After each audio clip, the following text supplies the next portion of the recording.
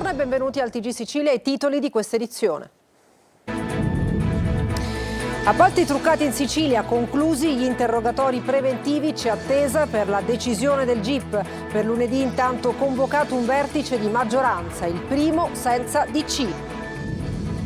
Ancora controlli allo Zen, divise della polizia scoperte nella canna fumaria di un camino in un terrazzo. Durante i controlli nel quartiere arrestato un 64enne per spaccio. Nuova tragedia della strada nell'Agrigentino, sulla provinciale 61 tra Ribera e Borgo Bonsignore è morto un 39enne originario di Siculiana. Gravissimo l'altro automobilista, un tunisino residente in provincia. Domani la giornata mondiale dei poveri, allarmante il report della Caritas in Sicilia che ha accolto nell'anno oltre 12.000 persone. Il 72% degli utenti è di origine italiana e oltre la metà sono donne. Si rinnova oggi l'appuntamento con la colletta alimentare, giunta alla 29esima edizione. A Catania testimonial d'eccezione l'arcivescovo Renna. Gli alimenti donati verranno distribuiti a 170 organizzazioni. Aeroporto di Comiso, dalla Commissione europea 47 milioni di euro per realizzare l'area cargo e potenziare le infrastrutture dello scalo. L'infrastruttura Iblea potrà diventare quindi un polo logistico strategico per l'agroalimentare del sud-est. E poi il calcio, Catania in campo a Casarano per conservare il primato, rossazzurri con la stessa formazione e un dubbio a centrocampo. Trasferta in Basilicata per le altre formazioni di Serie C, il Siracusa sfida il Picerno mentre il Trapani gioca domani a Potenza.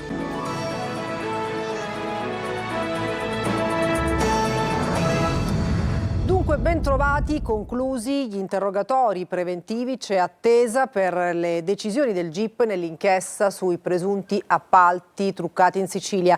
Intanto lunedì è già convocato un vertice di maggioranza, il primo senza la DC.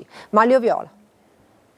La politica siciliana resta col fiato sospeso in questo fine settimana attendendo le decisioni del GIP di Palermo che, completati gli interrogatori preventivi, deve pronunciarsi sulla richiesta di arresti domiciliari che la procura ha confermato nei confronti di 17 persone, fra cui l'ex presidente della regione Totò Cuffaro, il deputato nazionale Saverio Romano, il capogruppo della DC all'Ars Carmelo Pace, oltre a manager e funzionari regionali. Mentre si attendono le valutazioni del giudice, cominciano ad emergere altre figure che sarebbero coinvolte nell'inchiesta. Ci sarebbero infatti almeno un'altra ventina di indagati per i quali non sono state chieste per il momento misure restrittive e per questo che restano senza nome. Vicende che rallentano le azioni della politica, tanto che lunedì è convocato il primo vertice di maggioranza regionale senza la Democrazia Cristiana, ma già gli autonomisti, che pure hanno disertato quello precedente poi rinviato, mandano avvisi a distanza al presidente della regione. In vista del vertice, il Movimento per l'Autonomia invita a differire eventuali nomine negli enti regionali e in particolare nel campo della sanità, che richiede, come di tutta evidenza, una specifica attenzione ai contesti, alle competenze e ai curricula, si legge in una nota del coordinamento regionale del Movimento per l'Autonomia. Il vertice resta comunque confermato e si terrà nei locali del governo e nel piano nobile del Parlamento siciliano a Palazzo dei Normanni. Andiamo a Palermo, controlli e arresti allo Zen, un 64enne fermato per spaccio, ritrovate dentro una canna fumaria anche 3 divise della polizia. Marco Gullà. Appena ha visto la pattuglia in via Rocchi Marciano allo Zen si è innervosito e ha provato ad allontanarsi a bordo di una bicicletta elettrica. L'atteggiamento sospetto di un 64enne non è passato però inosservato e sottoposto a perquisizione personale è stato trovato in possesso di 23 dosi di crack nascoste nel bauletto della bici e di 170 euro in contanti ritenuti provento dell'attività di spaccio. Sempre allo Zen, in un secondo intervento, una pattuglia dei carabinieri ha sorpreso un gruppo di giovani su un terrazzo condominiale. I ragazzi, alla vista dell'auto di servizio, si sono dati alla fuga, ma i militari, saliti sul lastrico solare, hanno fatto un ritrovamento all'interno di una canna fumaria dove sono stati trovati 2 sacchetti in plastica, uno contenente 22 cartucce calibro 12 e l'altro con all'interno 3 divise complete della Polizia di Stato, comprensive di giacche, pantaloni, stellette e stemmi della Polizia Stradale. Infine, in piazza Don Bosco, i militari hanno arrestato un 23enne colto in fragranza di reato mentre cedeva alcuni involucri a un acquirente in cambio di denaro. Nuova tragedia sulle strade dell'Agrigentino, un incidente mortale ieri sera sulla provinciale 61 tra Ribera e Borgo Bonsignore. È morto Giuseppe Coirazza, 39 anni, originario di Siculiana. Gravissimo l'altro automobilista, un tunisino residente a Ribera. Davide Sarto. Un'altra tragedia sulle strade dell'Agrigentino. A poche ore dal terribile schianto costato la vita al riberese Stefano Bruccoleri, la statale 115 torna a macchiarsi di sangue. Ieri sera, poco dopo le 22, un nuovo incidente mortale ha sconvolto la zona del bivio tra Ribera e Borgo Bonsignore sulla provinciale 61. Due auto, una Mini Cooper e una Fiat Punto. L'impatto è stato violentissimo. A perdere la vita è stato Giuseppe Coirazza, 39 anni, originario di Siculiana e residente a Montallegro. Soccorso è portato d'urgenza alla Fratelli Parlapiano di Ribera, è morto poco dopo il suo arrivo. Gravissimo l'autista dell'altra vettura, un tunisino residente a Ribera. È stato trasferito all'ospedale di Sciacca e sottoposto subito ad un intervento chirurgico. I medici stanno monitorando le sue condizioni. I vigili del fuoco hanno lavorato a lungo per estrarre i feriti dalle lamiere e mettere in sicurezza la strada. Sul posto sono intervenuti i carabinieri. Toccherà a loro ricostruire la dinamica dello scontro e capire cosa abbia provocato l'ennesima tragedia lungo la 115. Catania, nuovo sequestro preventivo di beni per 2,1 milioni di euro a Orazio Scuto, ritenuto esponente di spicco del clan Laudani attivo nell'Acese. Il provvedimento eseguito dalla Guardia di Finanza su disposizione della Procura Etnea riguarda due società, la Betrans e l'AP Motors e una ditta individuale, la LB Auto, per le quali è stata disposta l'amministrazione giudiziaria. Secondo l'accusa, il loro libero esercizio dell'attività economica avrebbe agevolato in modo non occasionale Scuto e il clan Laudani. Scuto è uno degli 8 arrestati a maggio del 2025 dell'operazione Lumia contro appunto il clan. 120 comuni in Sicilia in dissesto o predissesto, maglia nera alla provincia di Ragusa con 7 comuni su 12. La CGIL Sicilia e la CGIL Ragusa evidenziano l'impatto negativo sui lavoratori e il territorio e propongono una nuova norma per sbloccare la crisi. Veronica Barbarino. 17 nella provincia di Catania, 19 in quella di Messina, 12 a Palermo, 6 in provincia di Siracusa più il libero consorzio. Sono 74 in totale i comuni dislocati per tutta l'isola in dissesto. Se a questi aggiungiamo poi i comuni in predissesto, il dato arriva a 120 e per proporzione la provincia di Ragusa detiene la maglia nera con ben 7 comuni su 12. È il quadro tracciato dalla CGIL Sicilia e CGIL Ragusa che denuncia l'inefficacia dell'attuale strumento del dissesto finanziario. Diversi comuni in crisi infatti si ritrovano negli anni nuovamente nelle stesse condizioni di partenza o peggiori. Su 74 enti in dissesto in Sicilia, oltre la metà, quindi circa 40, non sono riusciti nemmeno a presentare l'ipotesi di bilancio stabilmente equilibrato. Quindi dimostrano di fatto che nei 5 anni non possono rientrare rispetto alla crisi finanziaria che vivono. Per la CGIL sono la mancanza di liquidità e il lievitare degli interessi a rendere difficile il riequilibrio dei conti. Un problema che oggi mette in crisi i servizi ai cittadini, a rischio stipendi e stabilizzazioni, e finisce per indebolire l'intera isola. Noi proponiamo una norma che consenta agli enti locali di avere un'anticipazione di liquidità e questo è previsto per i comuni fino a 60.000 abitanti e per un importo massimo fino a 150 milioni di massa debitoria accertata. Proponiamo che le somme possano essere restituite in un arco temporale massimo di 30 anni. Per la CGIL è questa la soluzione per restituire stabilità ai conti pubblici e garantire un futuro più solido ai territori siciliani. Domani la giornata mondiale dei poveri, allarmante il report della Caritas in Sicilia che ha accolto nell'anno oltre 12.000 persone. Il 71,9% degli utenti è di origine italiana e oltre la metà sono donne. Il disagio abitativo resta la principale emergenza che permane. Roberta Lunghi. La povertà in Sicilia, oltre la statistica, è una sfida umana e sociale alla quale i vescovi dell'isola invitano tutte le comunità cristiane a rispondere con solidarietà, impegno e attenzione verso gli ultimi. In una nota la CESI commenta così il report statistico 2025 di Caritas Italiana a margine della giornata mondiale della povertà del 16 novembre che disegna un quadro allarmante e complesso nell'isola.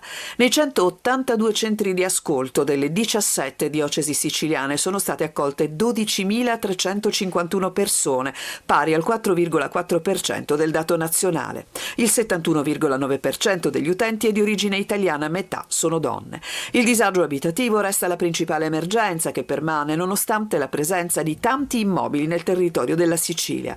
A questo si aggiunge la forte incidenza della dispersione scolastica che chiama le comunità a mettere l'educazione al primo posto. Quasi un giovane su 4 tra i 15 e i 29 anni non studia e non lavora.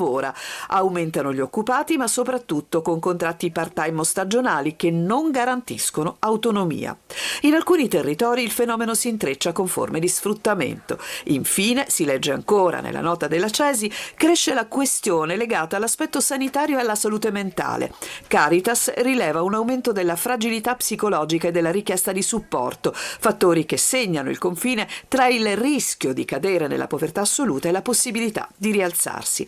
Preoccupa anche la denatalità. Nel 2024 la Sicilia ha perso 22.000 residenti, tra calo delle nascite e migrazioni.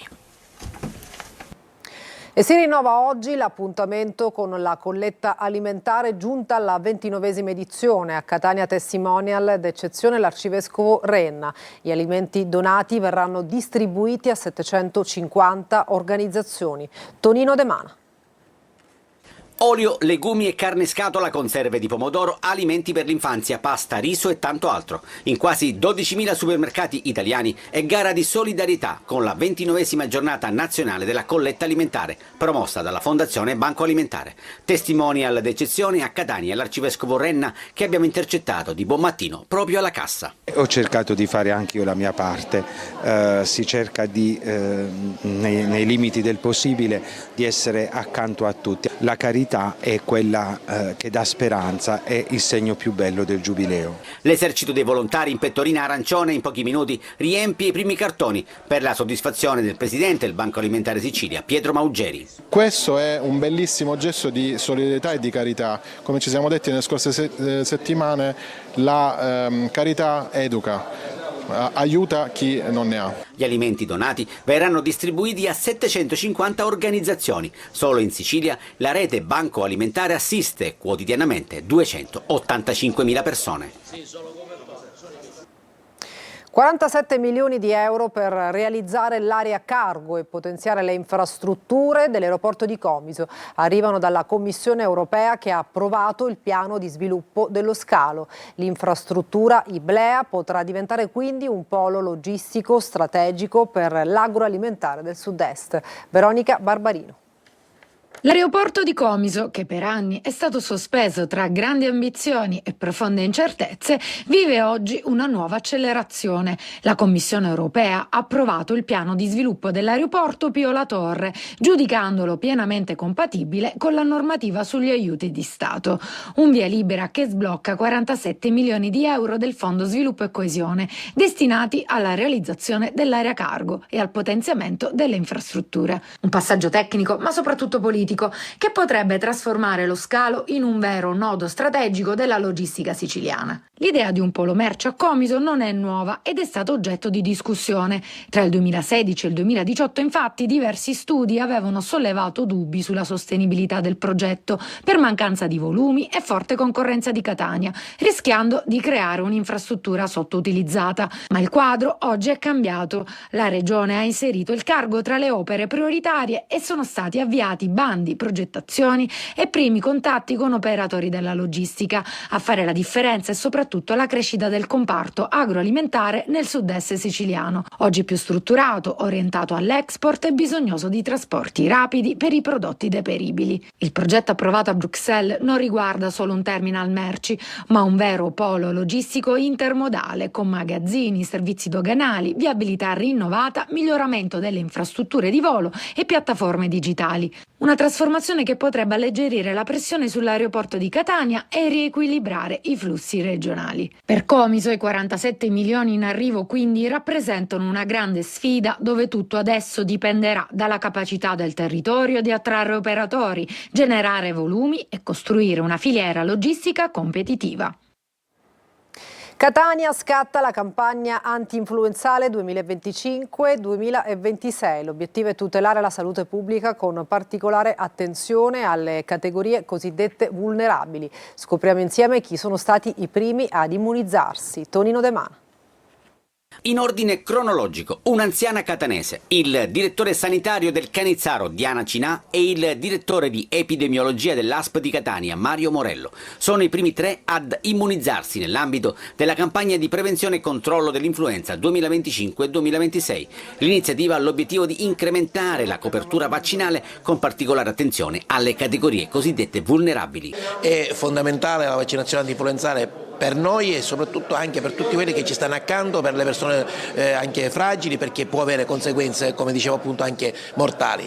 E credetemi, nel rapporto dei benefici non c'è neanche da pensarci un attimo, è un'opportunità, l'abbiamo tutti, l'Italia ce la dà, la Sicilia ce la dà, non sfruttarla è davvero un peccato. Vacciniamoci, vacciniamoci, vacciniamoci. Vaccinarsi è importante, vaccinarsi permette di non ammalarsi, di non avere delle patologie che si possono aggravare. Open Day vaccinali in 4 ambulatori dell'ASP di Catania, al Corso Italia 234 aperto fino al 19 dicembre, al PTA San Giorgio, a Paternò, Caltagirone e all'ospedale Garibaldi Centro.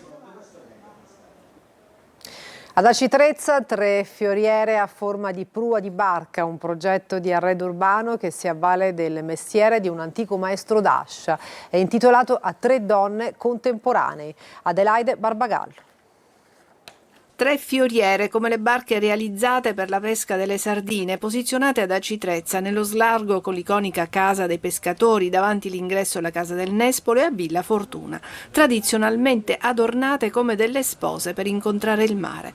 Un progetto di arredo urbano nato dalla sinergia tra ente pubblico, associazioni e cittadinanza, finanziato con i fondi del comune di Aci Castello, intitolato a 3 donne siciliane contemporanee, un omaggio a Goliarda Sapienza, scrittrice e artista fuori dagli schemi di una società bigotta e maschilista. Franca Viola, la prima donna in Sicilia ad aver rifiutato il matrimonio riparatore dopo essere stata rapita e violentata. Vanessa Zappalà, uccisa 4 anni fa dall'ex fidanzato. Le opere sono state commissionate ai maestri d'ascia del cantiere navale Rodolico e alla pittrice Alice Valenti, che da anni salvaguardano le tradizioni marinare trezzote, inserite nel registro delle eredità immateriali della regione siciliana. Grande successo per l'Archimede di Mario Incudine. Lo spettacolo omaggio al genio siracusano ieri sera ha aperto la nuova stagione del Teatro Massimo di Siracusa. Un misto tra canto e recitazione che ha fatto rivivere il matematico. Repliche anche oggi e domani. Francesco Aloi. Perché lei è soltanto lei, la più bella invenzione che tu inventerai. Un Archimede a 2 facce, tra gioie e dolori, successi ma anche solitudine. Il matematico siracusano rivive così con Mario Incudine, nello spettacolo di Costanza di Quattro, diretto da Alessio Pizzek. Racconta non solo le sue scoperte, ma anche i suoi fallimenti, le sue ansie, le sue preoccupazioni, i suoi momenti di sconforto, il suo travaglio interiore. Sono gli anni delle guerre puniche. Siracusa è sotto assedio, presa di mira dai Romani.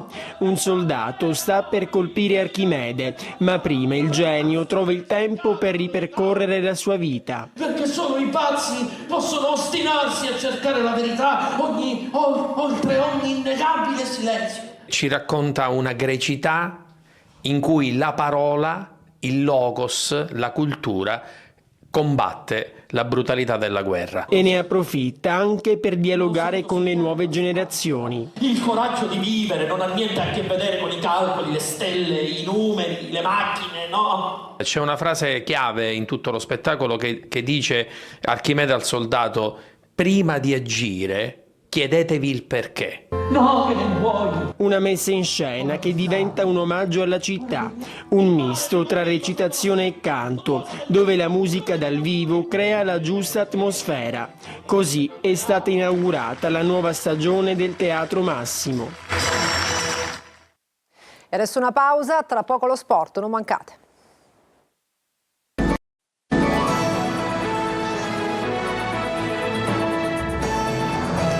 Bentornati al TG Sicilia, adesso il calcio, il Catania oggi a Casarano per conservare il primato, rossazzurri con la stessa formazione e un dubbio a centrocampo. Marco Carli. Un primato solitario da difendere che a queste latitudini in Serie C mancava da 45 anni e in generale nei campionati Pro da 19. Un motivo in più per andare a Casarano e provare ad allungare la striscia positiva, per ora composta da 9 partite senza sconfitta, l'ultima battuta d'arresto a Cosenza.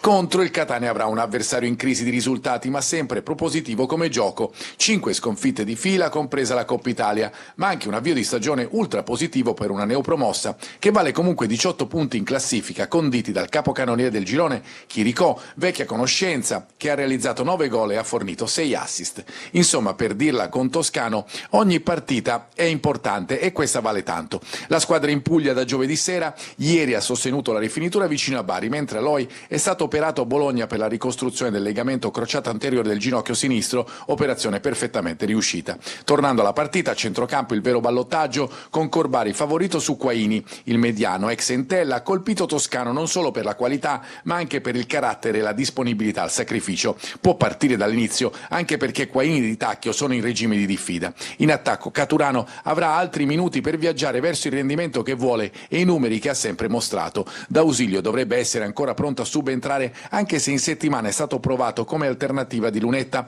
che insieme a Cicerelli comporrà il duo di trequartisti alle spalle della punta. Sugli esterni sempre Casasola e Donnarumma, difesa confermata con Pieraccini, Di Gennaro e Celli davanti a Dini. Telecolor come sempre garantirà collegamenti con lo stadio, 3 ore live che cominceranno mezz'ora prima dell'inizio della partita e si concluderanno con le interviste ai protagonisti.